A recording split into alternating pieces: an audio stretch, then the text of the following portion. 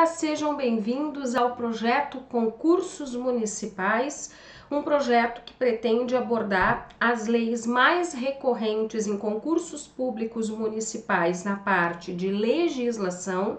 Eu sou Cláudia Redim, professora de legislação, servidora pública estadual, mestranda em Direito, fui aprovada em vários concursos municipais e quero ajudar você a ser aprovado no concurso municipal de sua preferência. Hoje nós vamos abordar alguns aspectos da Lei Orgânica do município de Campo Bom. Aspectos que se referem à autonomia municipal, aspectos que se referem ao poder legislativo e ao poder executivo. E nós iniciamos o nosso estudo abordando o fundamento constitucional da Lei Orgânica do município. A República Federativa do Brasil, ela vai nos dizer que municípios são dotados de autonomia como os estados e o Distrito Federal.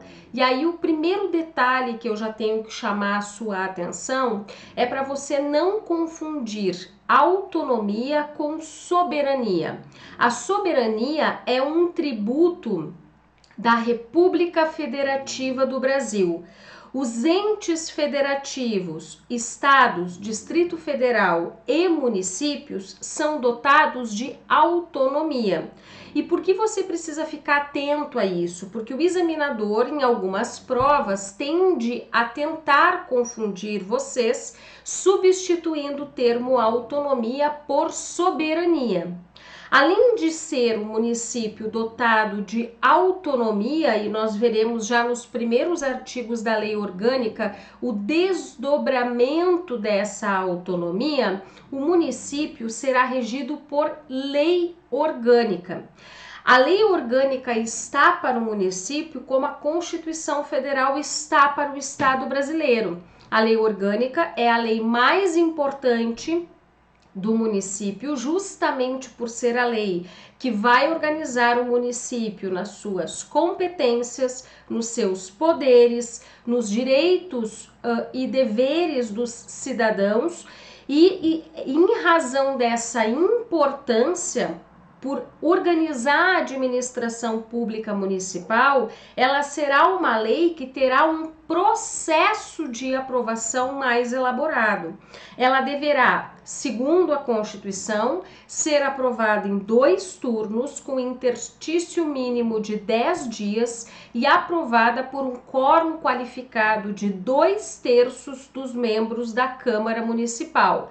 Então, você precisa consolidar que, primeiro, os municípios são dotados de autonomia e não soberania, e a lei orgânica vai reger o município nos seus aspectos mais importantes, organizando a administração pública municipal e, em razão dessa importância, terá um processo de aprovação e modificação mais elaborado. Votação em 2 turnos, com intervalo mínimo de 10 dias e aprovada por um quórum de 2/3 dos membros da Câmara Municipal. O conteúdo da lei orgânica, ele deve ser um conteúdo coerente com os dispositivos, tanto da Constituição Federal quanto da Constituição Estadual. É o que nós chamamos de simetria constitucional. Os dispositivos da lei orgânica devem reproduzir os princípios do Estado brasileiro lançados na Constituição Federal e na Constituição Estadual. E nós veremos no estudo da literalidade da lei orgânica que muitos artigos, inclusive, irão reproduzir o texto constitucional, a literalidade do texto constitucional. Portanto, o município de Campo Bom é pessoa jurídica de direito público interno dotada de autonomia segundo o artigo 18 da Constituição Federal. E a autonomia municipal, já no artigo 5º da Lei Orgânica e com conforme nós vamos estudando várias leis orgânicas, a gente vai percebendo que a estrutura dessas leis ela é muito semelhante, e esse artigo está sempre presente já no início das leis orgânicas, e é um artigo muito importante, é um artigo muito cobrado em provas de concurso, porque ele desdobra essa autonomia municipal em 3 elementos. Na eleição direta de vereadores, prefeito e vice-prefeito, na administração própria no que respeite o interesse local, e lá no artigo 30 da Constituição Federal, quando a Constituição vai tratar de aspectos municipais, vai atribuir aos municípios essa competência legislativa no que se refere ao interesse local e a adoção de legislação própria. Então é um artigo que merece ser destacado no material de estudo e memorizado, porque o examinador ele transpõe para a prova esses 3 elementos e questiona você sobre a correção deles. A autonomia municipal, portanto, ela se reverte em eleição direta dos representantes do poder legislativo e executivo, administração própria e legislação própria em coerência com o disposto na Constituição Federal.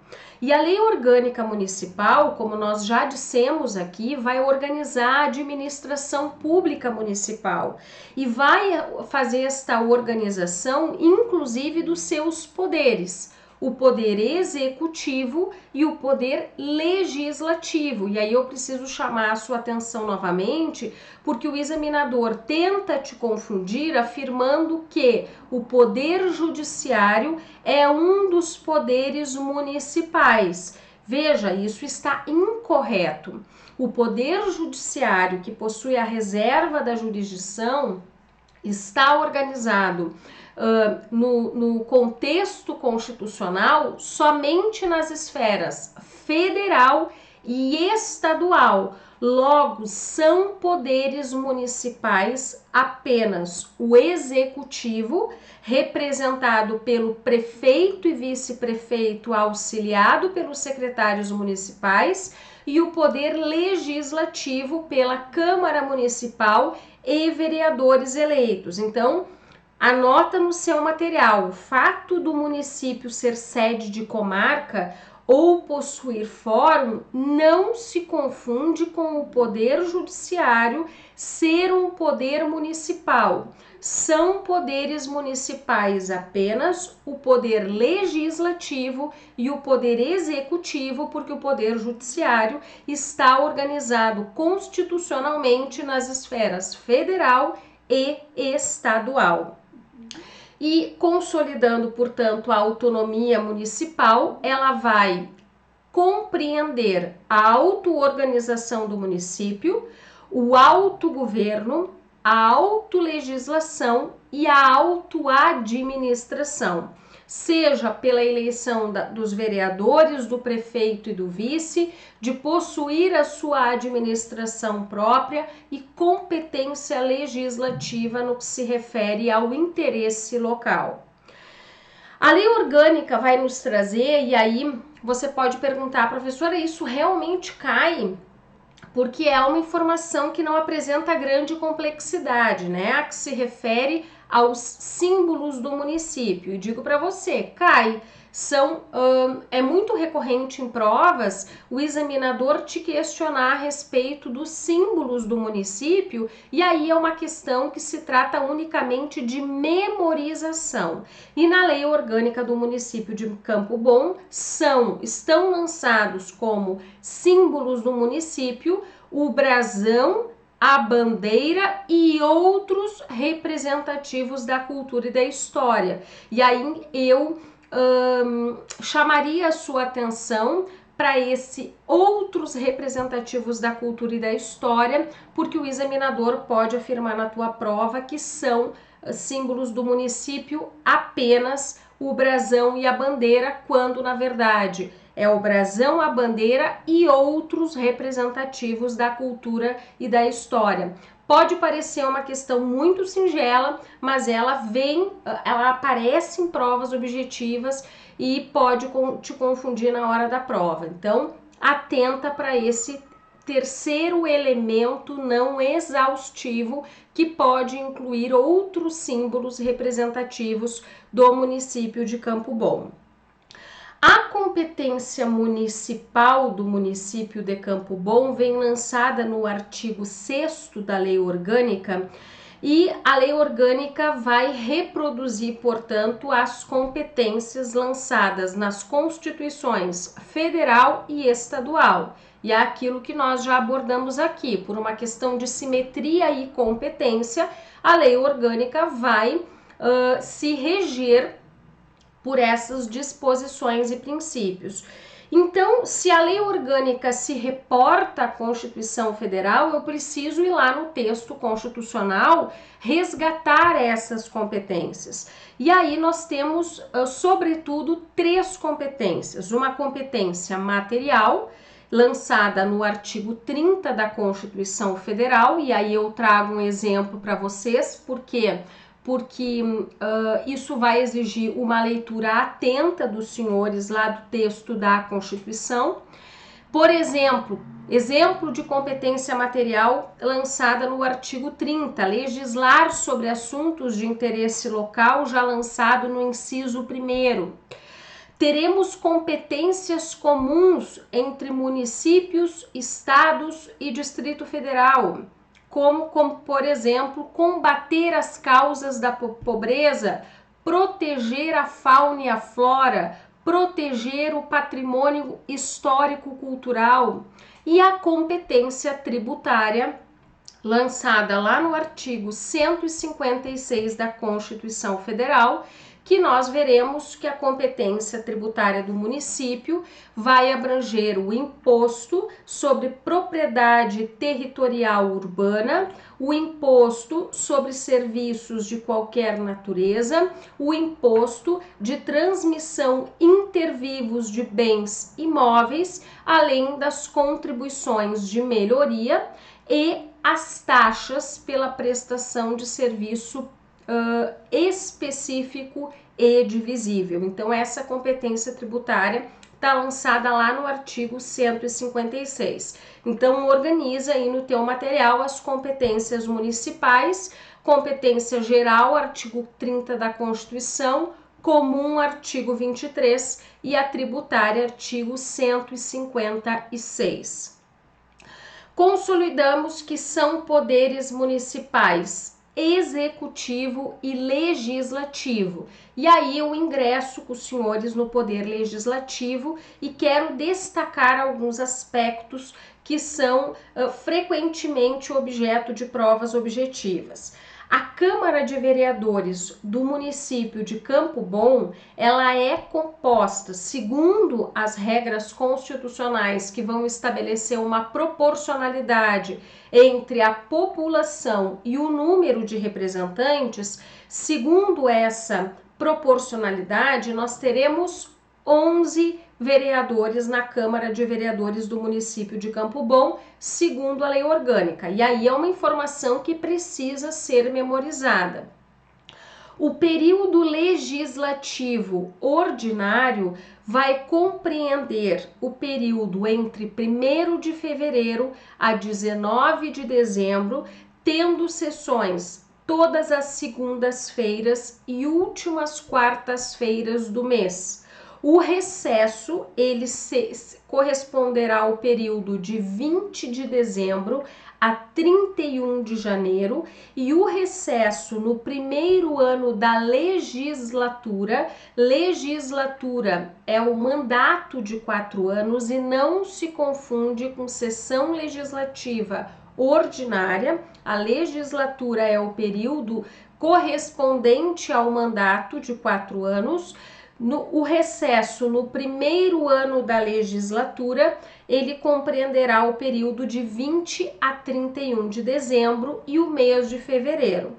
No primeiro ano da legislatura, eu terei a posse do prefeito eleito vice e vereadores. Então, essa posse no primeiro ano da legislatura ocorrerá 1º de janeiro, com a posse dos vereadores, do prefeito, do vice-prefeito, da mesa da Câmara e de suas comissões. E aí nós sabemos que nós temos várias comissões dentro da Câmara de Vereadores, como, por exemplo, a comissão que vai analisar a constitucionalidade, por exemplo, dos projetos de lei.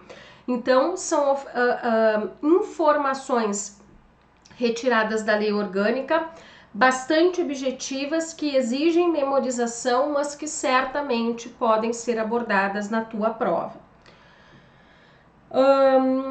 A mesa da Câmara de Vereadores, ela possui, segundo a lei orgânica, o mandato de 1 ano, vedada durante a legislatura, a reeleição para o mesmo cargo no ano subsequente. E essa informação nos interessa porque o examinador na tua prova pode modificar o período do mandato, afirmando, por exemplo, que o mandato é de 2 anos e mais, alterando o período do mandato e afirmando ser possível a reeleição para o mesmo cargo na mesma legislatura. Então, essa informação precisa ser memorizada.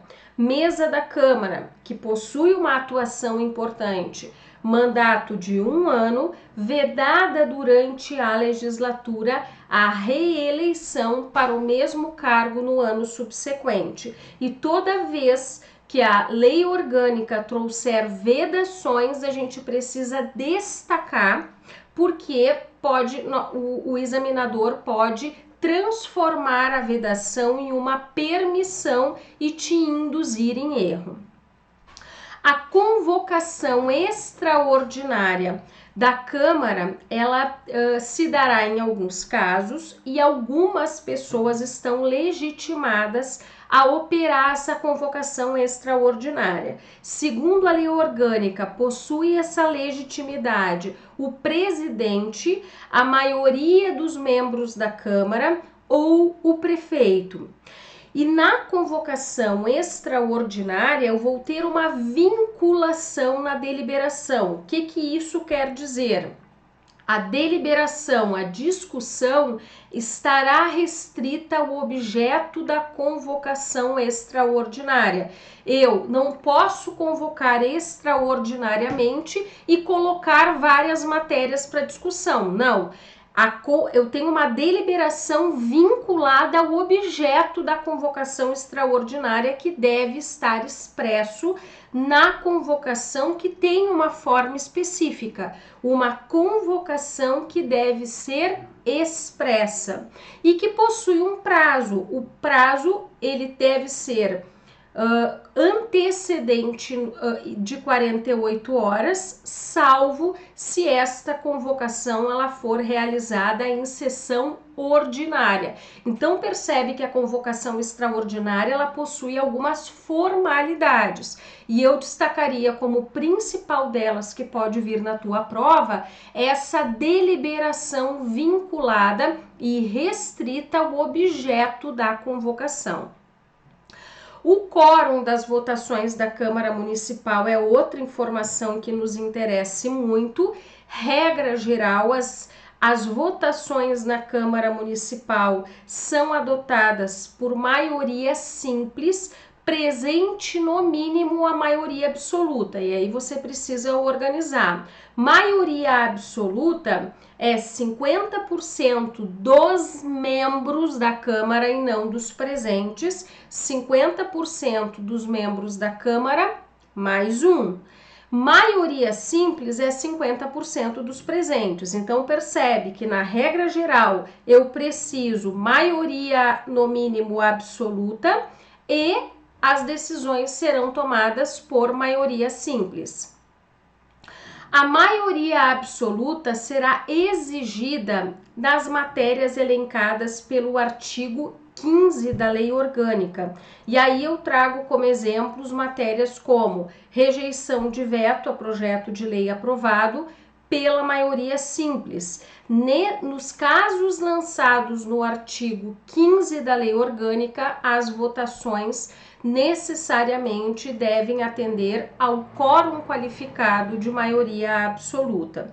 E quando eu tiver quando eu estiver diante de matérias relacionadas no artigo 16, e aí nós já percebemos que serão matérias muito importantes, como por exemplo, aprovação de emenda à lei orgânica, a lei orgânica exigirá o quórum qualificadíssimo de 2/3 dos membros. E percebam que esse quórum para a emenda à lei orgânica está lançado inclusive lá na Constituição.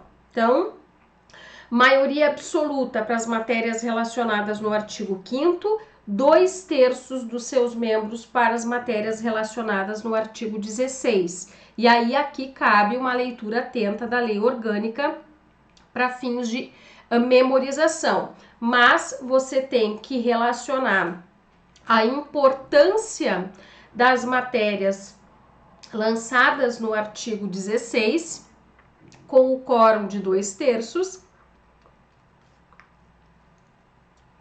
e maioria absoluta para as matérias relacionadas no artigo 15. O que eu quero dizer, perdão, é que este quórum de 2/3 vai se relacionar com matérias de peso, matérias muito importantes para o município, como, por exemplo, uma aprovação de emenda à lei mais importante do município, que é a sua lei orgânica. As competências da Câmara Municipal, elas são de duas espécies, e aí você precisa organizar isso no seu estudo. Nós teremos matérias que vão exigir a sanção do prefeito municipal, ou seja, matérias que vão exigir uma composição entre o legislativo e o poder executivo, a aprovação do legislativo e a aquiescência do poder executivo através da sanção, porque a sanção nada mais é do que a concordância do prefeito com determinado projeto de lei aprovado pela Câmara de Vereadores. Então, as matérias lançadas no artigo 32 da Lei Orgânica, como por exemplo, tributos de competência municipal, que nós vimos que estão relacionados lá no artigo 156 da Constituição, o plano plurianual, a alienação e aquisição de bens imóveis, serão aprovados pela Câmara Municipal, no entanto, vão exigir a concordância expressa do Poder Executivo através da sanção. E aí você precisa relacionar essas matérias que vão exigir a sanção do prefeito a matérias que são de interesse do município e logo precisam desta composição do poder executivo com o poder legislativo. Ao passo que eu vou ter matérias relacionadas no artigo 33 da Lei Orgânica, que são matérias que não vão exigir a sanção à concordância do prefeito por se tratarem de uma competência exclusiva e vão se relacionar com matérias de competência da Câmara Municipal, como, por exemplo, eleger a sua mesa e comissões, autorizar o prefeito a afastar-se por um período superior a 15 dias, criar as comissões parlamentares de inquérito para apurarem fato determinado com período determinado. Então, essas competências exclusivas, elas vão se relacionar diretamente às competências da Câmara, aos interesses da Câmara, às suas funções.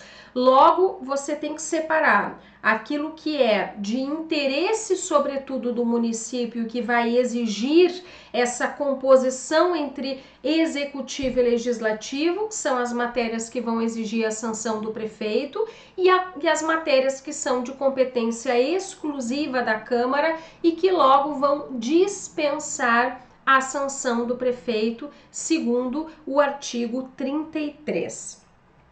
O processo legislativo que vem na Lei Orgânica do Município de Campo Bom vai compreender emendas à lei orgânica, leis ordinárias, leis complementares, decretos legislativos e resoluções. E aí eu quero destacar a legitimidade das emendas às leis orgânicas, que podem ser propostas por 1/3 dos vereadores ou pelo prefeito. E lembrando que, como nós vimos, o processo de aprovação, ele é um processo mais elaborado, 2 turnos, com interstício mínimo de 10 dias, aprovado por 2/3 dos membros da Câmara. Então percebe que, por alterar a lei mais importante do município, logo o seu processo será um processo mais elaborado, e as leis ordinárias possuindo como legitimados a sua propositura qualquer vereador, prefeitos, os eleitores através da iniciativa popular. E aí nós precisamos diferenciar a iniciativa popular lançada lá na Constituição Federal, na esfera federal. E aí, por que eu quero fazer essa diferenciação com os senhores? Porque o examinador costuma tentar te confundir com o percentual previsto pela Constituição para a iniciativa popular prevista na esfera federal com a iniciativa popular prevista na esfera municipal. Na esfera nacional, a iniciativa popular será exercida pela manifestação de 1%. Na esfera municipal, a iniciativa popular será exercida com a manifestação de 5% do eleitorado do município. Então, diferencia esses percentuais para o examinador não te confundir na hora da prova. E mais, destaca a expressão eleitorado. Não é cidadão, não é habitante, não é morador. Você precisa ter cuidado com essa expressão, eleitorado, aquela pessoa que está regularmente inscrita na Justiça Eleitoral deste município. Então você precisa cuidar 2 questões no que se refere à iniciativa popular. Primeiro, o percentual de 5%, que não se confunde com o percentual exercido na esfera nacional de 1%, e a expressão eleitorado. Já vi provas objetivas em que o examinador substituiu o eleitorado por habitante e já tivemos a incorreção da alternativa só pela modificação dessa expressão. O processo legislativo, ele vai ter um procedimento no que se refere à sanção ou veto do prefeito. Os projetos de lei aprovados pela Câmara serão enviados no prazo de 15 dias úteis para o prefeito, que poderá vetá-los por vício de inconstitucionalidade, ou o que nós chamamos de veto político, quando ele considerar que o projeto de lei é no todo ou em parte contrário ao interesse público municipal. Decorrido o prazo de 15 dias sem uma manifestação expressa do prefeito com relação à sua concordância ao projeto de lei, o silêncio vai importar em sanção, ou seja, o silêncio será interpretado como concordância. Em caso de veto realizado pelo prefeito, seja por vício de inconstitucionalidade ou por contrariedade ao interesse público, o prefeito deve necessariamente comunicar ao presidente da Câmara no prazo de 48 horas, e a Câmara terá a possibilidade de derrubar este veto pelo voto da maioria absoluta dos membros da Câmara, em votação única, e essa apreciação da Câmara deve ser realizada em 30 dias. Derrubado o veto, esse projeto de lei será encaminhado para o prefeito para ser promulgado. A promulgação, ela confere existência à lei. A publicação vai conferir visibilidade, publicidade à lei. Se o prefeito, recebendo esse projeto de lei cujo veto foi derrubado pela Câmara, não promulgá-la em 48 horas, o presidente da Câmara o fará em igual prazo. Então, este procedimento do veto ou sanção, estes prazos, que são prazos que também estão lançados lá na Constituição Federal, devem ser memorizados para fins de prova de concurso.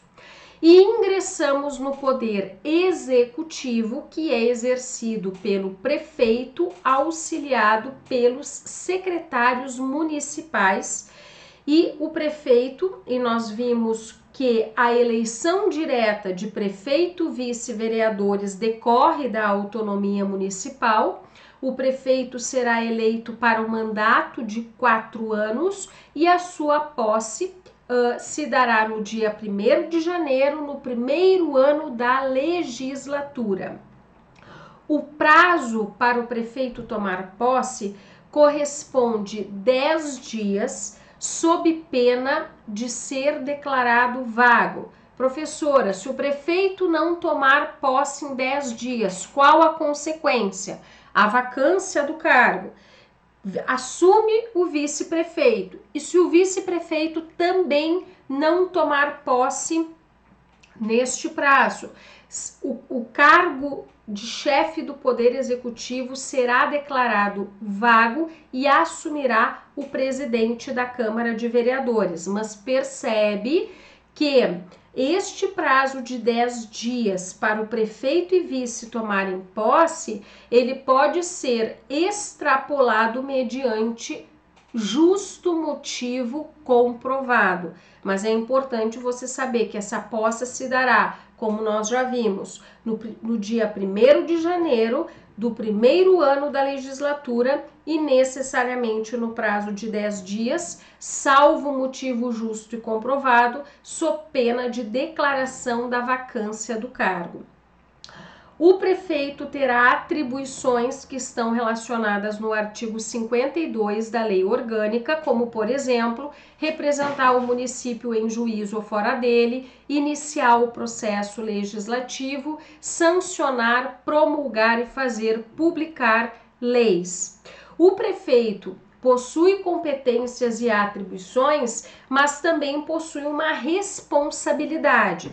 E aí, para a gente organizar essa responsabilidade, segundo a Constituição Federal, em caso de crime comum praticado pelo prefeito, ele será julgado pelo Tribunal de Justiça, segundo o artigo 29, inciso 10º da Constituição.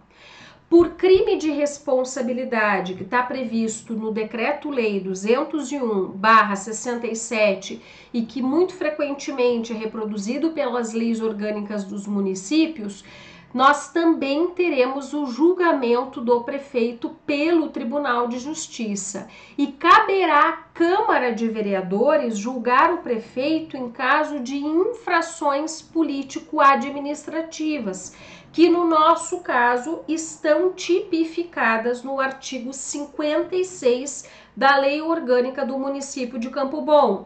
Exemplo de infração político-administrativa: impedir o funcionamento regular da Câmara de Vereadores e descumprir o orçamento anual. Então, se na tua prova o examinador te perguntar quem julga o prefeito em caso de infração político-administrativa, é a Câmara Municipal, e as infrações elas estão tipificadas e relacionadas no artigo 56 da Lei Orgânica. O mandato do prefeito será extinto em caso, e estão relacionadas as hipóteses no artigo 58 da Lei Orgânica: sentença judicial transitada em julgado, falecimento, renúncia escrita e, como nós já comentamos aqui, deixar o prefeito de tomar posse sem motivo comprovado perante a Câmara no prazo fixado na lei orgânica. Qual é o prazo? Nós já vimos, prazo de 10 dias, lembrando que eu tenho a possibilidade de extrapolar esse prazo em se tratando de justo motivo comprovado. A administração pública municipal está disposta no artigo 59 da Lei Orgânica, e a Lei Orgânica vai nos dizer que a administração pública municipal ela vai obedecer à organização e aos princípios lançados lá no 37 ao 41 da Constituição. E aí você precisa relacionar isso aos princípios que orientam a administração pública federal, o famoso LIMP, legalidade, impessoalidade, moralidade, publicidade e eficiência, que também irão orientar o desempenho da administração pública municipal. A lei orgânica vai nos trazer ainda, e aí é o último ponto que eu abordo com os senhores nessa aula, dos atos municipais. O artigo 62 do inciso 1º trará as matérias que serão objeto de decretos numerados em ordem cronológica, e no artigo 62, inciso 2º, as matérias que serão objeto de portarias. E aí você precisa diferenciar que os decretos numerados terão por objeto matérias com efeitos externos, como, por exemplo, a regulamentação de leis, a regulamentação de medidas que decorrem do plano diretor, ou seja, efeitos que vão se direcionar aos cidadãos, ou seja, efeitos externos. Ao passo que as portarias, elas vão tratar de assuntos mais internos da administração, como, por exemplo, provimento e vacância de cargos públicos e demais atos de efeito individual relativos a servidores, lotação e relotação de quadros de pessoal. Mas percebam, eu não estou querendo dizer que as portarias terão conteúdo sigiloso e que não estarão sujeitas a um dever de transparência. Eu estou diferenciando que, ao passo que o decreto tem efeitos externos de publicidade aos cidadãos, como, por exemplo, a regulamentação de leis para facilitar o seu cumprimento, as portarias terão por objeto assuntos mais externos, como, por exemplo, organizar cargos públicos, lotação e relotação de servidores. Encerramos aqui então a nossa aula sobre Lei Orgânica do Município de Campo Bom.